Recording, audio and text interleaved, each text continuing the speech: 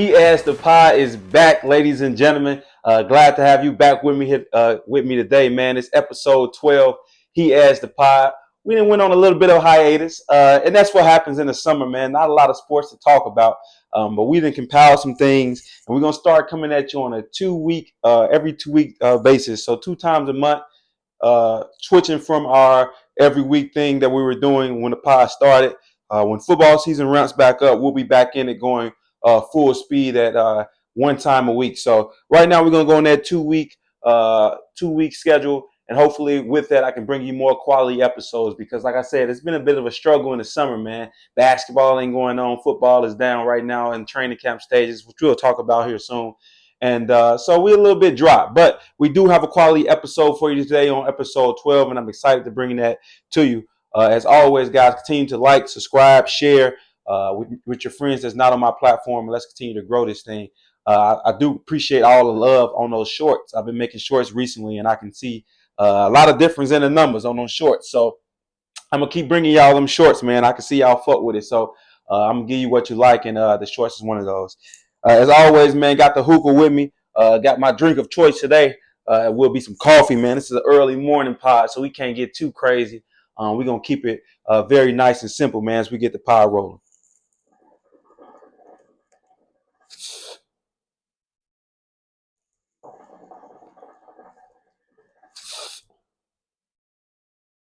All right, let's hop right into it. No need to play around. You know how we do it. We gonna hop off. We ain't had a BBL of the week in a while, man. Hey, everybody been safe for a minute, but man, we gonna hop right into it for episode 12. It's that motherfucking BBL of the week. Hey, like I say, dry week in sports, but man, there's still room for some assness, man. And the most ass I done seen over this last few weeks is Kawhi Leonard. Now, again, apologize. I know this is somebody's boy. This is most of y'all's boys out there. Of course, I'm talking about Kawhi Leonard, the forward of the Los Angeles Clippers. Man, I just think this dude don't love basketball as much as some of these other dudes, man. He's just never available. He wasn't available for the Clippers when they got eliminated in these last few playoffs, and then he tried to play Team USA, and you see the results from that. If you don't know, he withdrew. So as I sit back and think, man, I just think a guy making that much money I've never seen since Grant Hill. And Grant Hill had legitimate injuries with his ankle, and he wasn't able to perform like he wanted. But he tried so hard to get back on that floor. I think of Tracy McGrady, Derrick Rose, Brandon Roy, all these guys, Greg Oden, all these guys who had great potential. Oden really don't go in the category because he didn't perform at the NBA level because injuries just didn't let him. But you get what I'm saying. All these guys had these terrible injuries, but they continue to try to fight back and play. It just seems like, for me, Kawhi just, in some cases, don't want to play, man. He don't want to play basketball. You know what I'm saying? And it's hard for I keep seeing him getting ranked as the top player, top 5 player, top 10 player. He keep getting these all-star nods. Keep getting these USA nods. And it's like, bro, when is enough? Okay? There's plenty of people in the league, I think, that's better than Kawhi now. Not from maybe a talent standpoint and what he doing standpoint, just from a flat out, he ain't giving you enough. A lot of these great sports guys will tell you your best ability is availability. And when a guy ain't available 60-70% of the time, man, it starts to get annoying as a fan. I'm not a Clipper fan, but I can imagine what that fan base is going through. I mean, they bought him there to win a ring. They let him choose the players he wanted to play with. They built that super team last year, and it looked like they was promising, man. In the regular season, they was going well. But I said it on the pod. I think that was episode 7 or 8. I said the Clippers are a good team, and they probably got the best roster in the league. But I expect PG or Kawhi not to play in the playoffs. And what happened? Okay, so when a casual fan like myself is able to say that and it comes true, man, it just says a lot about how unavailable this guy has been.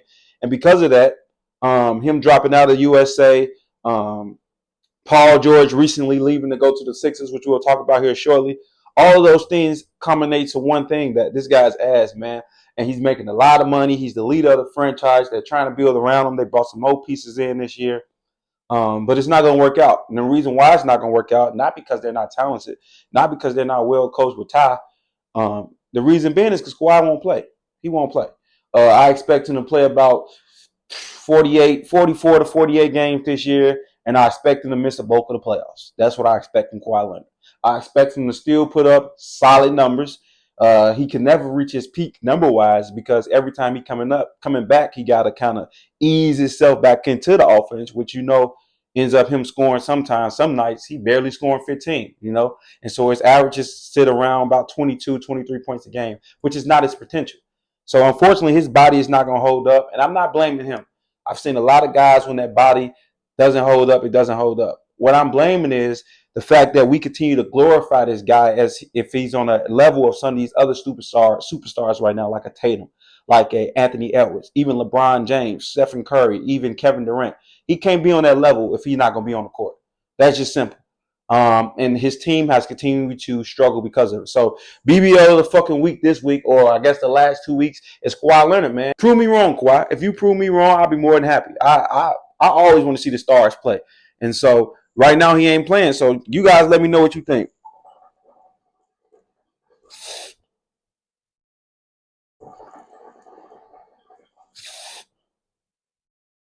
And it's going to get even more dangerous for the Clippers because you got to think. They didn't let go PG. So that was kind of his backbone in the sense that when he wasn't there, PG can fill in. They can still win games. I don't know if James Harden is at that level where he can win games by himself. That's just me. They just let go Russ. Okay. So it's like they don't have that same star power, that same kick to it. Okay. You take away PG, you take away Russ, and then give it the fact that Kawhi might not play a bulk of your games. Man, they might not even make the playoffs this year. They might end up in the play-in and losing in the playoffs because teams are coming. The Kings just added DeMar, which we're going to talk about here shortly. And there's some other teams putting some things together that's ready to make that jump. So BBL of the fucking week, man. Your best ability is availability. And when you're not available, you ask. So Kawhi Leonard, man, let me know what you think in the comment section below. Gonna keep this thing rolling, man. He asked the pod, episode 12. Happy to be back with you guys. You see, I'm locked in too. I got my hair, man. I ain't been to my boy Nah in a minute, but you see my hat, man. I got a Paris Friends hat on, man. One of my players hooked me up with one of these. He visited Paris for about 2 weeks, and he came back with your boy a souvenir. So shout out Anderson and the fam, man, for looking out for your boy. Yeah, so we're gonna keep this thing rolling. Another thing where I want to talk about before I get into this next topic is, like I said, not a lot going on in sports around the world. Also, football is starting back, high school football. So I've been in training camp, and we're getting close to our first game, and so I'm preparing for that.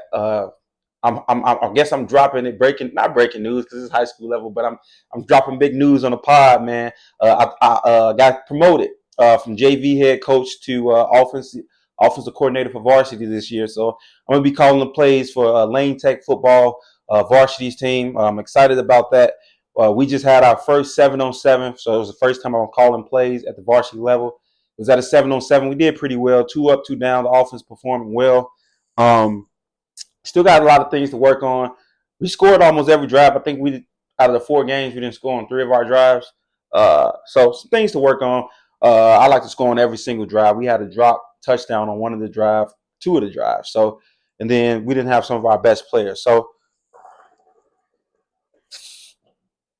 shout out Lane Tech football, man. If you ain't familiar with Lane Tech, the biggest school in Chicago, we got over 4,000 kids, the most football city championships in the city. We haven't won one in a while, so I'm hoping to bring back that glory, man. But it's feeling good, man. It's feeling like we're piecing things together, and the kids are coming along quickly. So you see me repping today on the pod with my Lane Tech football shirt and or sweater, and I'm hoping to do big things. All right. But let's move on to segment 1. You see, I got my notes in front of me. We want to talk about NBA free agency. Like I said, dry spot in sports. Baseball is taking over right now. But there is some key things that's going on right now in the free agent department in the NFL or NBA. So let's talk about it. Obviously, the winners for me. I'm gonna go through my winners first of free agency. First team I think won free agency hands down. And I think you may agree, the Sixers. All right. They brought back Tyrese Maxey, which is big for them.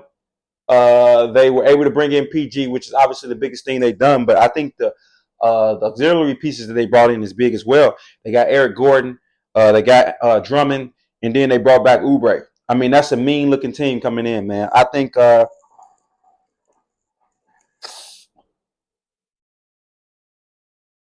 Jewel, who's a lot like Kawhi, doesn't play a lot of the games, gets take a lot of a break now with PG coming in, and you got a guy like Drummond who can spare you a lot more. So his minutes may go down a little bit this year, which is good because it allows him to be healthy for the playoffs, which I think he can do. Uh, when you talk about Kawhi, I just don't think he can do it. His body gets injured on a lot of soft stuff. Joel, I think, is more wear and tear. You know, he does a lot for that team. So I think that's going to be able to be dumbed down a little bit with the pieces they added around him. So I'm excited to see it, man. I'm excited to see what he can do with another star wing around him. And I think this takes them over the top. I think if they stay healthy, they can challenge that Boston Celtics team, and obviously they can challenge anyone in the West as well. So I love what they did. The second winner, I got to go with the Mavs, man. They brought back basically their entire team outside of Derek Jones, but they added Najee Marshall, who's I think a better player than Derek Jones. No, he doesn't have the athleticism, but he's a solid defender as well as a solid 3-point shooter from that corner. So, I think adding him would kind of uh, eliminate the loss of Jones. But then the big addition is obviously Klay Thompson. Y'all don't understand this, man.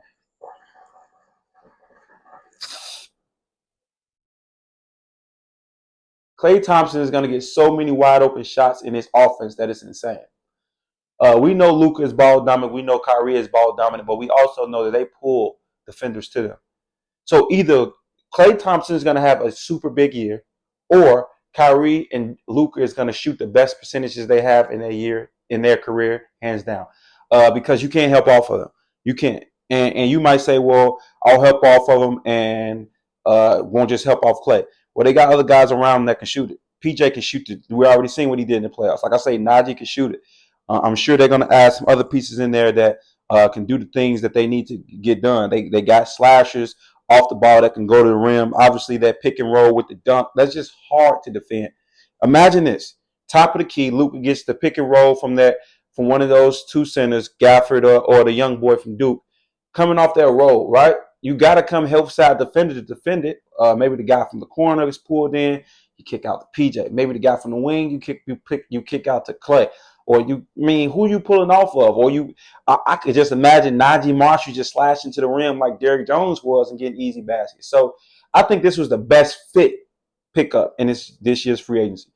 Obviously, PG was a huge get for the Sixers, but when we talk about fit, this is like a hand in glove fit for Klay with the Mavericks, which is why he turned down more money to go here because he understands basketball. So, I mean, man, this is big for them. And I see them competing again. I'm not going to say back to the finals because it's a tough road to get there with the Nuggets, who may get Russell Westbrook. Still right now, the day I'm doing the pod, he hasn't today. He hasn't been signed. The Clippers just let him go, but I think the Mavericks will pick him, or the Nuggets will pick him up. I also see the Nuggets maybe getting Gary Trent Jr., which will be big. But this Klay Thompson pickup was huge. So we'll see. That's my favorite pickup of the all season right now. And I see them competing again to go back to the Western Conference Finals and the NBA Finals.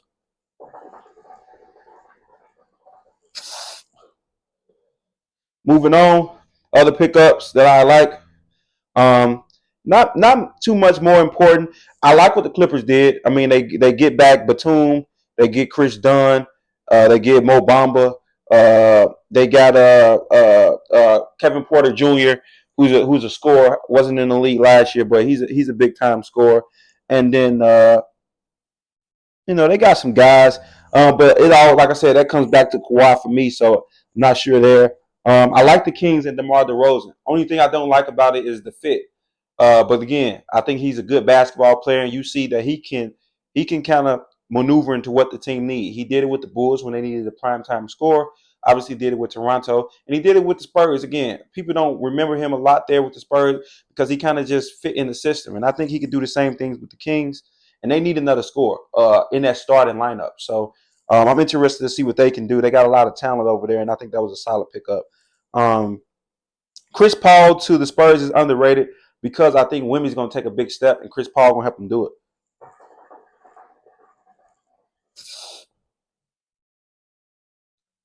Not a lot of easy shots for the Spurs last year.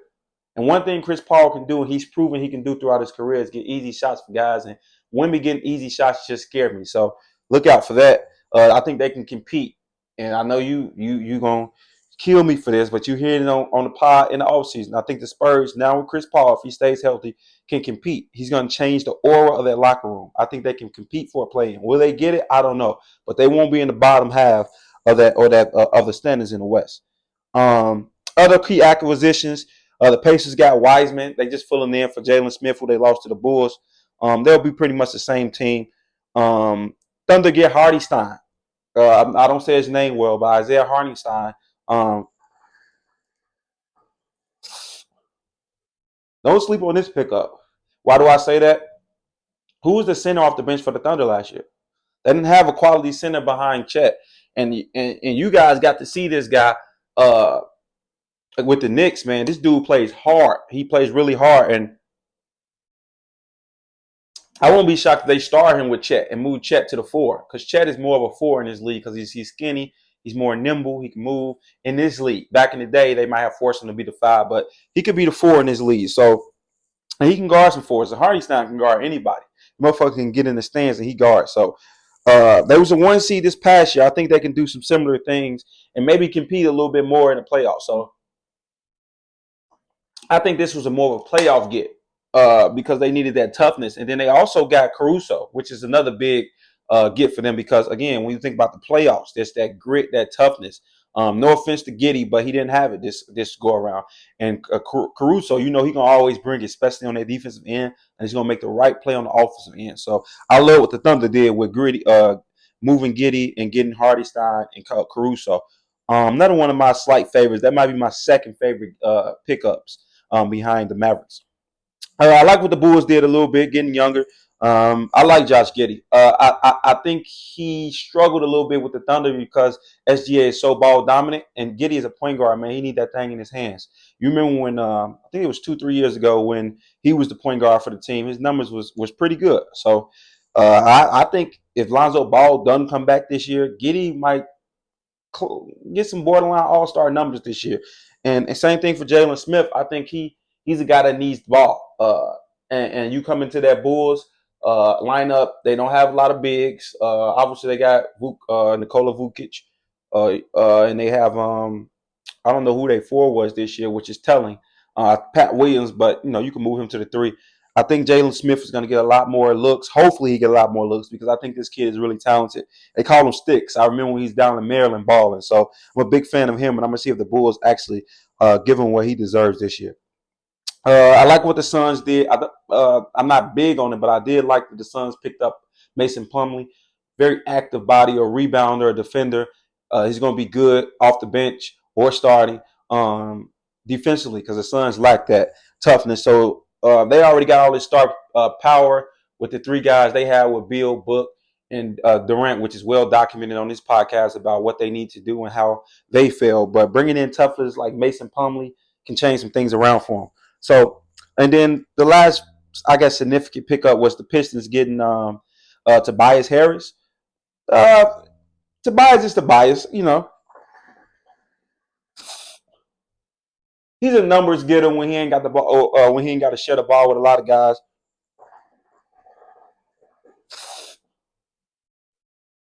I can see him hookah hitting. Y'all know I love my hookah. I can see him having a Jeremy Grant type of year with the Pistons. Maybe a sub borderline all-star year. He's going to get some numbers there, man, because they're going to look up to him and they're going to let him shoot it. And you remember he got his breakout with the Pistons. So good to see him get back in a role where he gets to be at least the second option. He might be the most in most cases if Cade ain't playing well. So some good pickups around the league, man. Let me know what y'all think. let me know what y'all think with the new pickups and new acquisitions, where teams plays, who's your favorite for the NBA championship now that these changes have been made. And we'll see. I hate to see that Clay left the Warriors, but I love to see that he went to a team where he can be very successful with the Mavs. And the Warriors did their best to kind of, I guess, substitute him. They got Buddy Hield, which is a great shooter. Not sure if he's as good of a shooter as Clay, but we'll see in this type of offense. Motherfucker Buddy Hield, you know he can shoot the shit out of the basketball. So if he get the same opportunities as Clay got, you're talking 15, 16 shots a game, 7, 8 threes. I mean, Buddy can explode on you. They also picked up Shake Milton. He's a defender, solid shooter. And they got Kyle Anderson. I'm not too big on the Kyle Anderson pickup. I don't think he fits their system, but he can play that Draymond Green role when Draymond is resting. Not from a defensive standpoint, just from running the offense from the forward spot. So some great pickups, man. This type of stuff excites me for the NBA season because we love to see the mix-ups. We love to see what the new year is going to bring to us before it brings, and we love to make these speculations. We love when that new 2K come out in August. We plan it, and we kind of getting a feel of these new teams. We start to make our picks and who we think is going to be good or bad. But this is always that fool's gold time of year because you see these type of acquisitions and you say, "Oh man, this team automatic NBA championship." And remember, the last 4 or 5 years we've been doing that. That team has not been winning. Just look at last year when the Suns grabbed Bill. Now I know everybody wasn't on boat with the Suns winning the championship, but the bulk of the NBA was saying, the NBA media was saying, hey, this is dangerous. And if they put it together the right way, they gonna have a big year. So they didn't, and the same could be said when Kawhi got Paul George. You know what I'm saying? Everybody thought, oh man, automatic, but they didn't. So same could be said when LeBron and several times when he got big name talent over and it ain't payouts or paying out, or when Kyrie and Kevin Durant and James Harden went to the Nets and it didn't pan out. So I would like for y'all to pump the brakes a little bit. I know y'all getting excited. I am too. But let it play out. Let it see how it fits. Let it see how everything flows, because we know that this can be fool's gold time. And I don't want to get too big on it yet, but I'm excited. I'm excited for the Sixers. I'm very excited for the Mavs. So we'll see, man. I think it's going to be a great competitive year. I love that the NBA has that parity in it now where you just don't know. You just don't know. But all in all, man, let me know what you think in the comment section. Who's your favorite get? Who's your favorite pickup? Who's your prediction for NBA championship? Who's your prediction for who's going to win the NBA championship after seeing the new acquisitions? Don't sleep, though. Don't sleep on some of these teams that's already put together.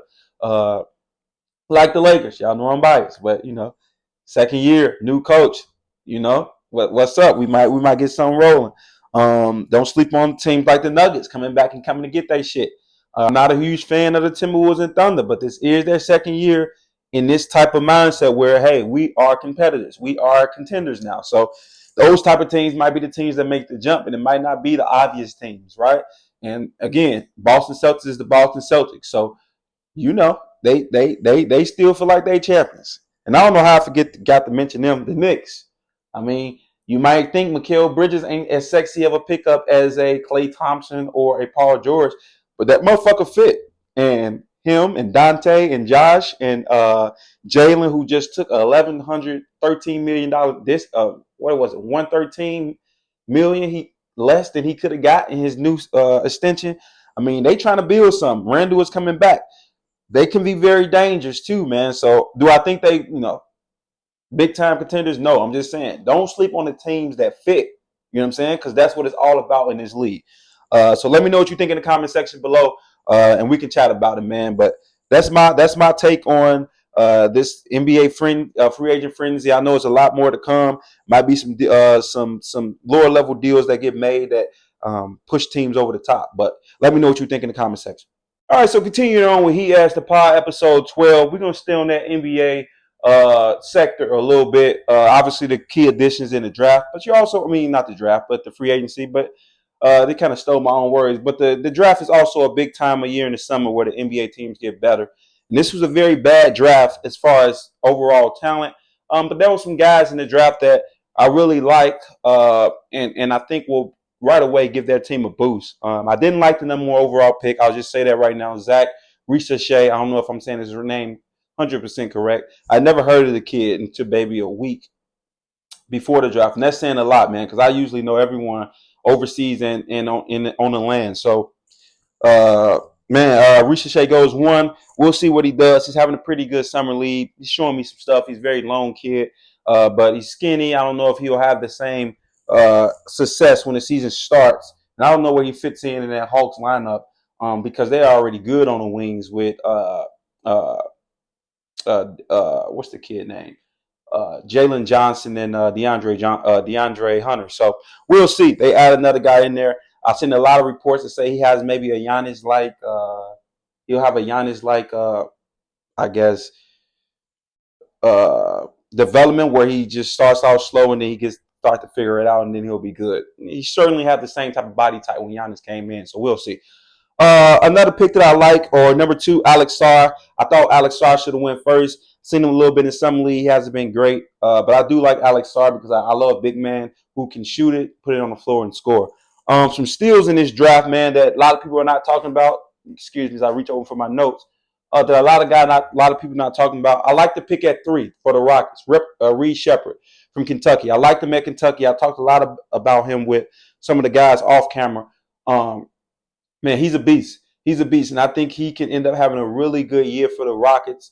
Um, he's small guard, but I think they can. I seen him in summer league. I already see the way he passed the ball. I think he can be a true point guard for that team and move Jalen Green over to the 2 a little bit. And I don't know what that says for a guy like Fred VanVleet, who they brought in last year, but I really like Reed Shepard. So, and he's having a big summer league. So you see the way he shoot it, the way he passes it, his IQ. I mean, that guy looks like an NBA player already. I like Ron Holland. The Pistons got him at number 5. I like him because he's a big guard. He's strong. He's athletic. The only thing is, man, when you fill up on guards like the Pistons are doing, they already brought in Tobias Harris, we talked about, who's not a guard, but he's ball dominant. Or to be his best, he has to be ball dominant. You see what happens with him with the Sixers when when he had to share a little bit. He's just not good off the ball. You already have Jaden Ivey, who's a young guy. Caleb Cunningham, who's should be your centerpiece. So Ron is coming into a tough situation, but he has the talent. A lot of people were shocked he went at 5. But if you familiar with anything that Ron did in high school, you know that he was one of the top recruits coming into his freshman year, and he ended up going the G League route. So I like Ron there. Other guys going all the way down to 9 with Rob Dillingham going to the Timberwolves. He's going to take some time to get better. Obviously, Mike Conley will teach him the ropes, and I think he'll end up being a point guard in this league. He reminds me. I told you a lot already on my draft preview. On my draft preview, I talked a lot of him being a lot like Lou Will, but I seen some passing pedigree that I didn't see from him at Kentucky because he played a lot off the ball. I mean, dude can pass the ball pretty well. He has a high IQ, got that irky jerky game that translates well in the NBA. So we'll see what he does there. Keeping it going, I don't like the Zach Edey pick at 9. I don't think he can guard at the NBA level. Obviously, it's a weak draft, so he got pushed up the boards. And I'm on record as saying Zach Edey won't make it in the NBA. And I'm even with him going at 9, I still think that his NBA career won't be as successful as the number he was drafted at. And I'll prove myself right here coming up in the obvious future. Looking more so down, I mean, just a lot of guys that had to be picked. I like that guy that the Bulls got from the Illinois area. I can't say his name. Matisse, I want to say. I like him. He's having a big summer lead as well. He can score it. He can shoot it. Lone kid. He'll learn how to defend at this level, hopefully. And the Bulls hopefully can build around him. I think they got a steal at that number. What spot was that? Number 11 spot. So I like that. The biggest steal of the draft, I have to say, was at 17. Again, biased because of a Laker, but Dalton Knecht was one of my favorite college players at Tennessee. Dude can flat out score the ball, man. I mean, he can spot it up. He don't have to be ball dominant. And his coach is J.J. Redick, and he reminds me so much of J.J. Redick from the body type.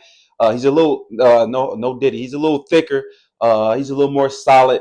But 4 years, At the college level. Got some great coaching by Rick Barnes, who was Kevin Durant's college coach, and said that Dalton Knecht is one of the better scorers he's had since Kevin. So I'm really, really excited about the Lakers getting Dalton Knecht, and I thought that was the biggest steal of the draft from where they got him at, because I thought Dalton is easily a top 10 guy in this draft because the draft was so bad. But the main thing about this draft, and we're going to talk about it here on the pod, was pick number 55. I mean, the most heralded, most talked about, most publicized 55th pick in NBA history. All right, Bronny James. It's obvious why. The name rings bells, whatever. Bronny, man, I feel bad for Bronny because he's coming in such a tough situation. Being a 55th pick. A 55th pick is not known mostly to make the roster or to have an NBA career, but he's going to get so much backlash, and they're going to get so much. The organization is going to get so much backlash for making a pick, but at the end of the day, it is a 55th overall pick. People waste these picks all the time on stash players who never come over and play, and nobody says nothing about them. Okay, people pick at number 1 and get it wrong.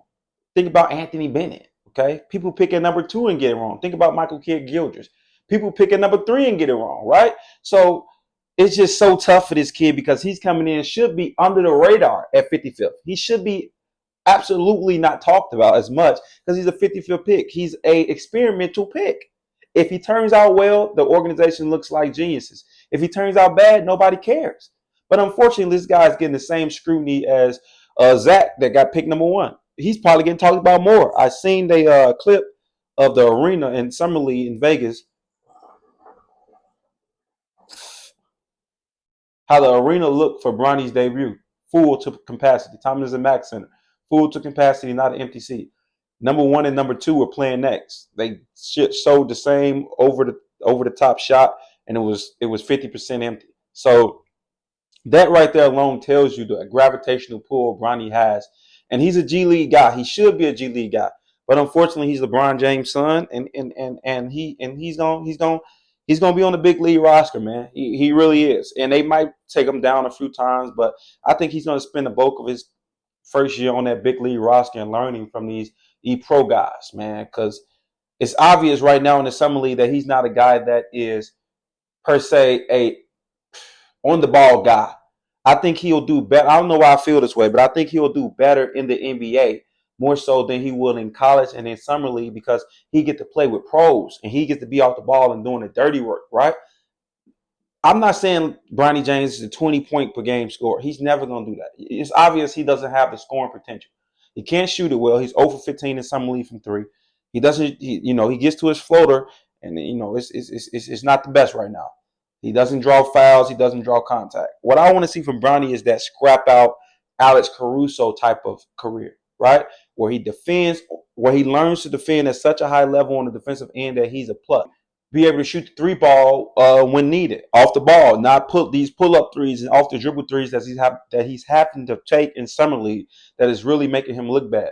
I don't think he's ever been that type of player. You look back at Bronny's career at the amateur level, he's never been the best player on his team, right? But he's always been successful. He's been a McDonald's All-American. He's been always, at the junior and senior level, he was a starter on that Sierra Canyon team because he's a very good team player.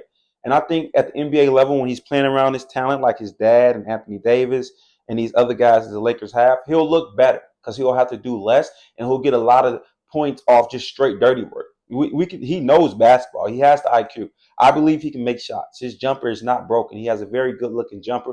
He has a very good-looking game. He has the twitch. He has the athletic ability. And he's already defended in summer league really well. I seen him yesterday just go up and straight out grab of alley hoop out of the air. He tipped it, but that type of stuff, that type of dog, that type of extra energy that NBA guys don't bring. I think Bronny will bring it, and that's why I think he'll stay at the big league level this year. As far as the pick, people are saying that obviously he's picked before because of his father, and I'll answer that for you. Yes, he is. But what other kid with potential that has a father already in position doesn't get the chance to do it?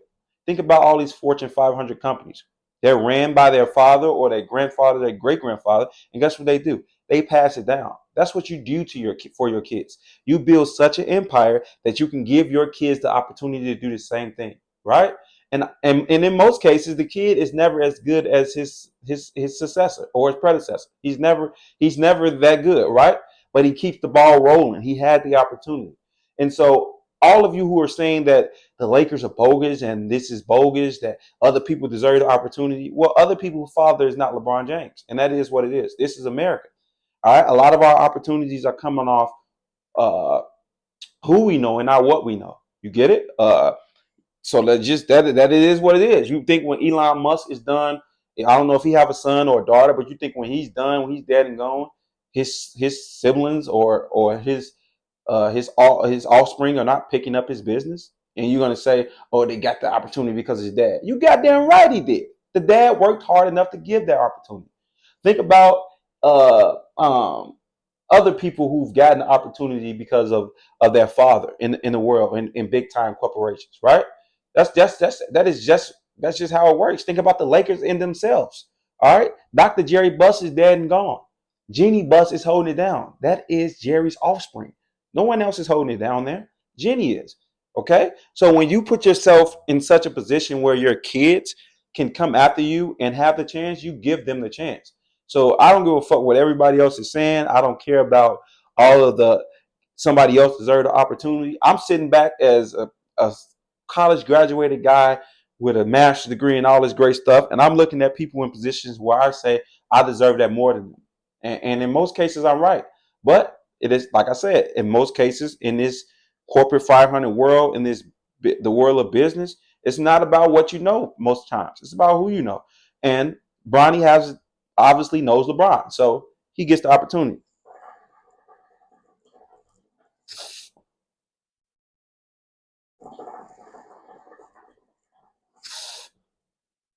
And this is not unprecedented in the NBA. This is not a one-time occurrence. So I don't know why y'all blowing up about it. Look at the Nassus, right? Why the fuck you think he in the NBA? Come on, dog. He ass. No offense. He could play basketball, obviously, but he's ass. He's not an NBA player. Somebody else deserves that number, whatever, 13 spot he is. Nobody's getting it because he's Giannis' brother. Remember when J.R. Smith signed that big contract with the Knicks? His brother Earl is J.R. His brother, I forget his name, Jeremy or some shit like that. He played for Louisville. He got the chance. He didn't have a college career that said he was an NBA player, but his brother having the pool that he had with the Knicks allowed him to be on their roster. Same thing with Steph and Seth, right? Steph had built up such a and don't get me wrong, Seth. It's hard to say their name back to back, but Seth did do some work in his college career. He did, but you remember he didn't get drafted, and for a while, uh, no, he had a couple years where he was G Leaguing it, and then he got an opportunity. You think he got the opportunity if his brother's name wasn't Stephen Curry and he wasn't an anonymous MVP? Fuck no, right? So there is precedent in his league that tells you that uh, when you have some pull in the organization, you can pull some strings to say that your brother will, or not your brother, somebody who you are close with will get an opportunity, and that is what it is. We know LeBron to do this throughout his career with all of his people, right? He brings his people into the organization. Rich Paul, okay, he is the biggest agent in the NBA. You think he's getting an opportunity if LeBron doesn't give him the springboard to do so? Nobody would take Rich Paul serious if he wasn't LeBron James' agent and LeBron James' best friend, and LeBron James, he was a part of that crew, right? And now he has way more clients than LeBron. Think about some other guys who LeBron has done. Carmelo Anthony couldn't find a job, right? He was on his way out. LeBron brings him in and gives him a chance with the Lakers. Think about JJ Redick. They're on a podcast together. Lakers need a coach. You think JJ Redick is the coach of the Lakers? LeBron is not there? Fuck no. Is there other people that deserve the opportunity over JJ? Fuck yes. But when you have this level of stature in an organization, in the league, you get to make calls like this. And you could say that's not fair. You could say, I don't like it. You could say that's bullshit. But man, stop acting like this ain't America, dog. Bronny James is I've seen worse people get an opportunity. Okay. Bronny James is very much a better player than Dr. Nassus, tell you that. Or will be. All right. He's very much a better player than J.R. Smith's little brother was. You know what I'm saying? So we got to stop the bullshit, man. We got to stop it. We got to understand that this is American, and the fact that this kid is not like a no offense to Michael Jordan's son, but he ain't like a Marcus Jordan who was just a solid player. This kid was a McDonald's All-American. He was a top 25 recruit. Okay, he didn't have the best freshman year at USC, but I mean, dude fell out on the court and came back. What 2 or 3 months later? He wasn't the best, but he played solidly. He showed some things. All right. And we got to understand that he was projected a first round pick the year prior to, before he had his tough year at USC. And I'm going to contribute that to him, the health problem. So, but all in all, man, I think the kid does deserve the opportunity, even without his dad. You know what I'm saying? If you erase his dad from the scenario, would he have got drafted? Probably not. He probably would have had to go back to college another year. But when you look at his resume, we've seen a lot of kids with his resume get drafted. McDonald's All-American, top 25 recruit, poor college career or college year, and they come out and they get that opportunity. That just is what it is. That happens in this league all the time, but they do not get the same scrutiny because their father is not LeBron James. I'm trying to think of a guy who was that big time recruit and then pan out in college, but he got that opportunity in the NBA and it didn't go per se his way. And it'll come to me by the end of the pod. But for me, being an NBA fan and a long time NBA fan, I've seen things happen like this all the time, right? From both levels, from having somebody in the league that you know and close to that gave you the opportunity, and having that resume like Bronny, not panning out in college but still getting the opportunity. And at the end of the day, it's a 55th pick. If you guys are this hell bent over a 55th pick, man, you bogus. It ain't the Lakers organization or LeBron. It's you. Because why is you picking on this kid and making his life harder than what it will be? Is because he got drafted 55th overall. Who was the 55th pick in the 2023 draft, 22 draft, 21 draft? You don't know. You didn't care. Okay, so give this guy or this kid the opportunity to be successful. And if he's not successful, he's not. And at the end of the day, guess what they wasted? A 55th pick, like everybody do every year in a draft. Okay, I was looking at the notable 55th picks, and there ain't nobody that stands out worth mentioning on this pod. All right, so that is what it is. All right, but that's my take on the NBA draft. Let me know what you think. I already know it's going to be some Bronny slander. I know you're already saying I'm Laker biased and things like that, but I'm just being honest about the situation, right? We live in this world where it's about who you know and not what you know in most cases, okay?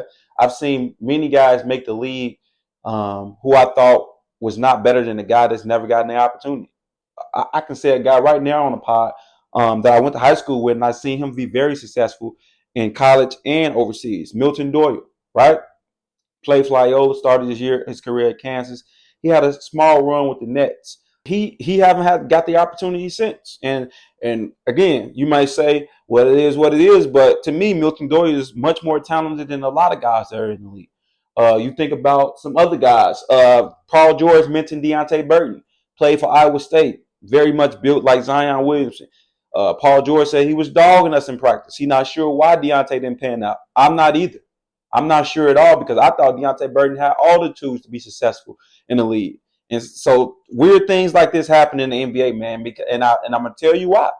It's not about what you can do on that court in most cases. Obviously, if you're that great, you'll get the opportunity.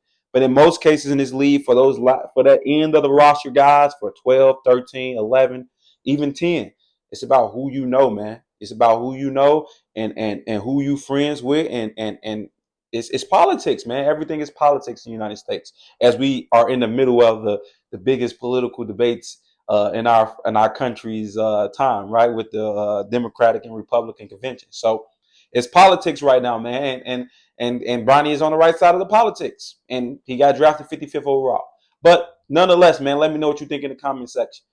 Before I end this NBA segment, I do want to say something I said on the pod, and this is interesting. Patrick Beverly, another guy that went to my high school, I said on the pod maybe 3-4 pods ago when he had the blow up in Indiana.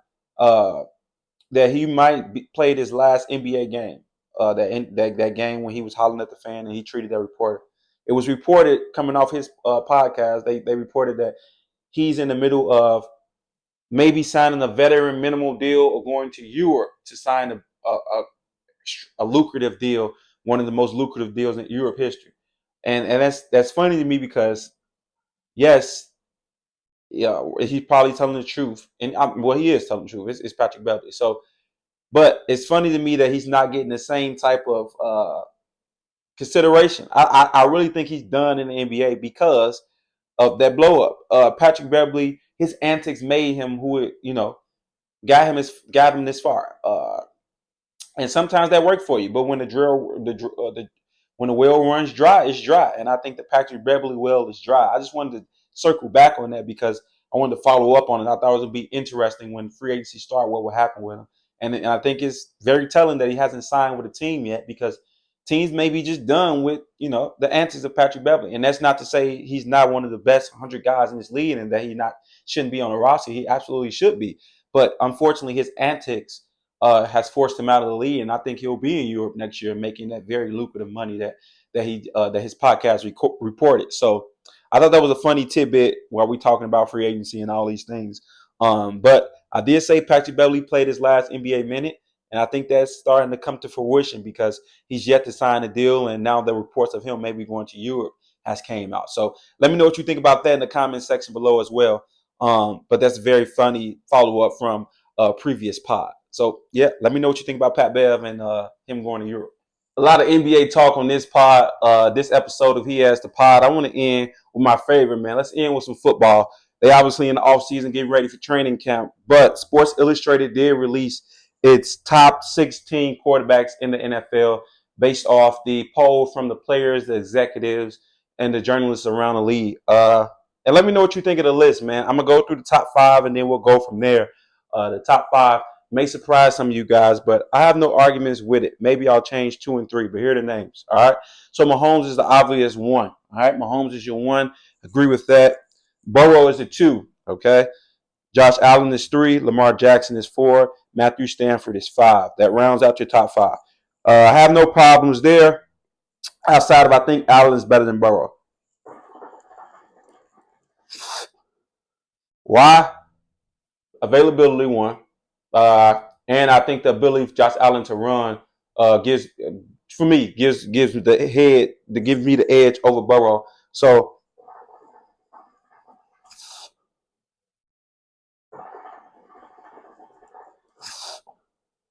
I do think though Joey has the opportunity to prove that he's better.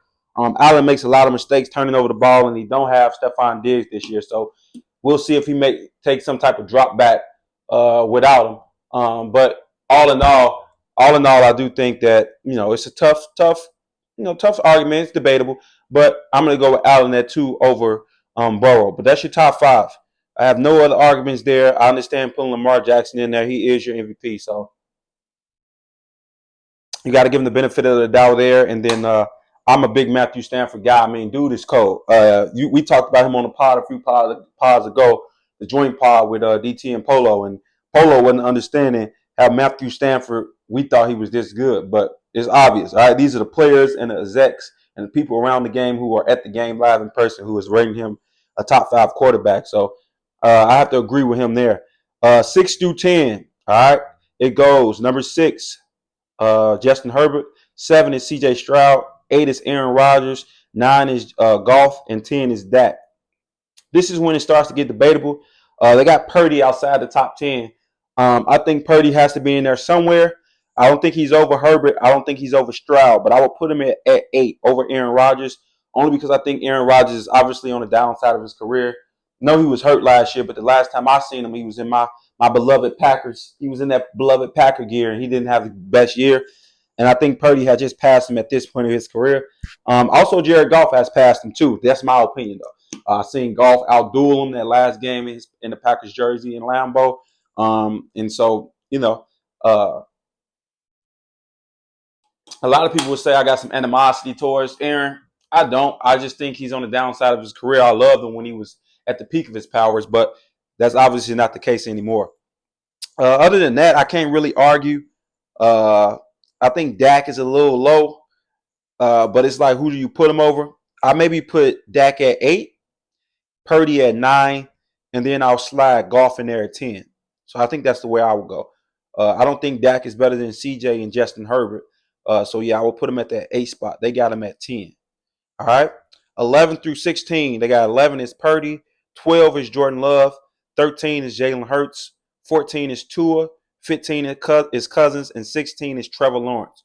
I don't disagree with any of that. The only problem was Purdy, right? I told you I'll pull Purdy up to number 9. Uh, and that would just be it. So I would, since I'm taking Purdy from 11, I guess I will move Jordan Love up to 11, and I will put Aaron Rodgers in there at 12. So yes, again, you probably think I'm biased, but I do take right now at this point in their careers Jordan Love over Aaron Rodgers, and then the rest of them are right: Hurts, Tua, Cousins, and Trevor Lawrence. I think they're spot on that. I was watching Get Up, which is the ESPN show.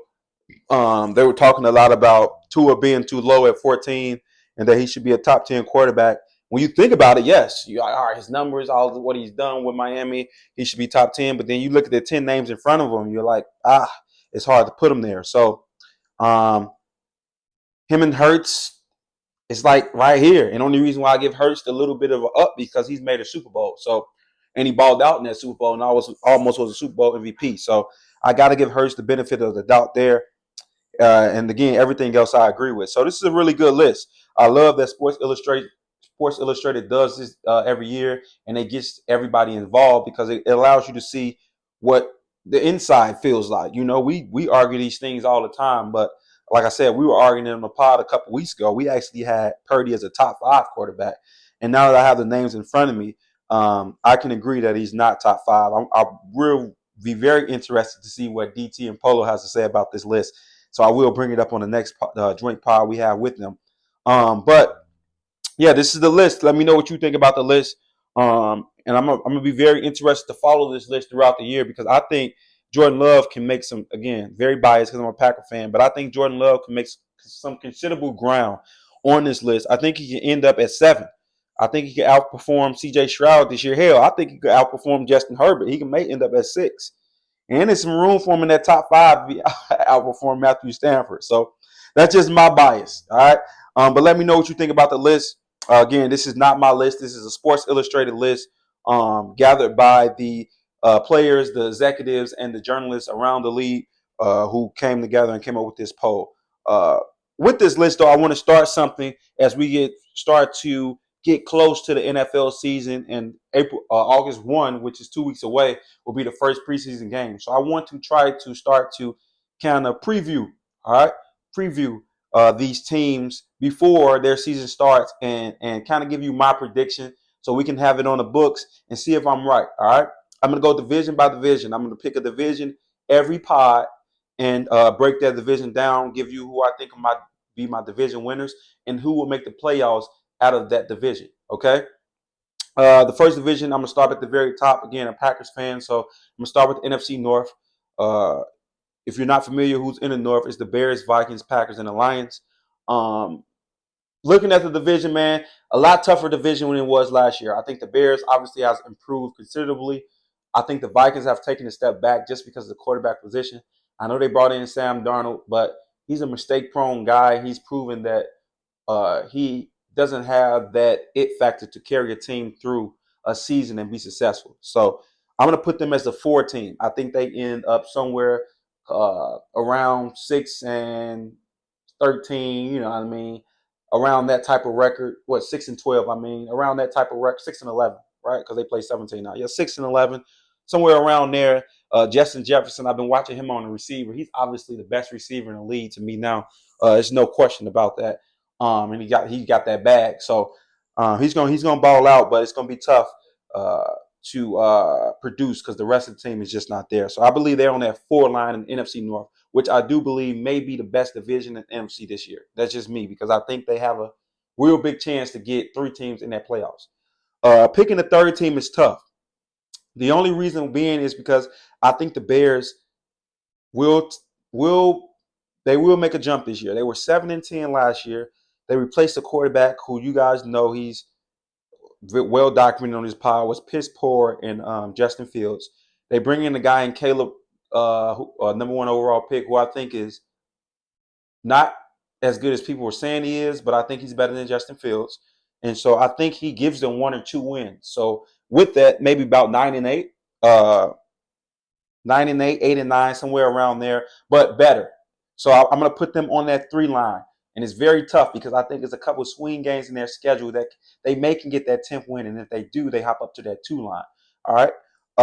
The second team in the division, I'm going to go, this is tough, but I'm going to have to go with my Packers. I don't think we have enough to pass. Sorry, fuck it out.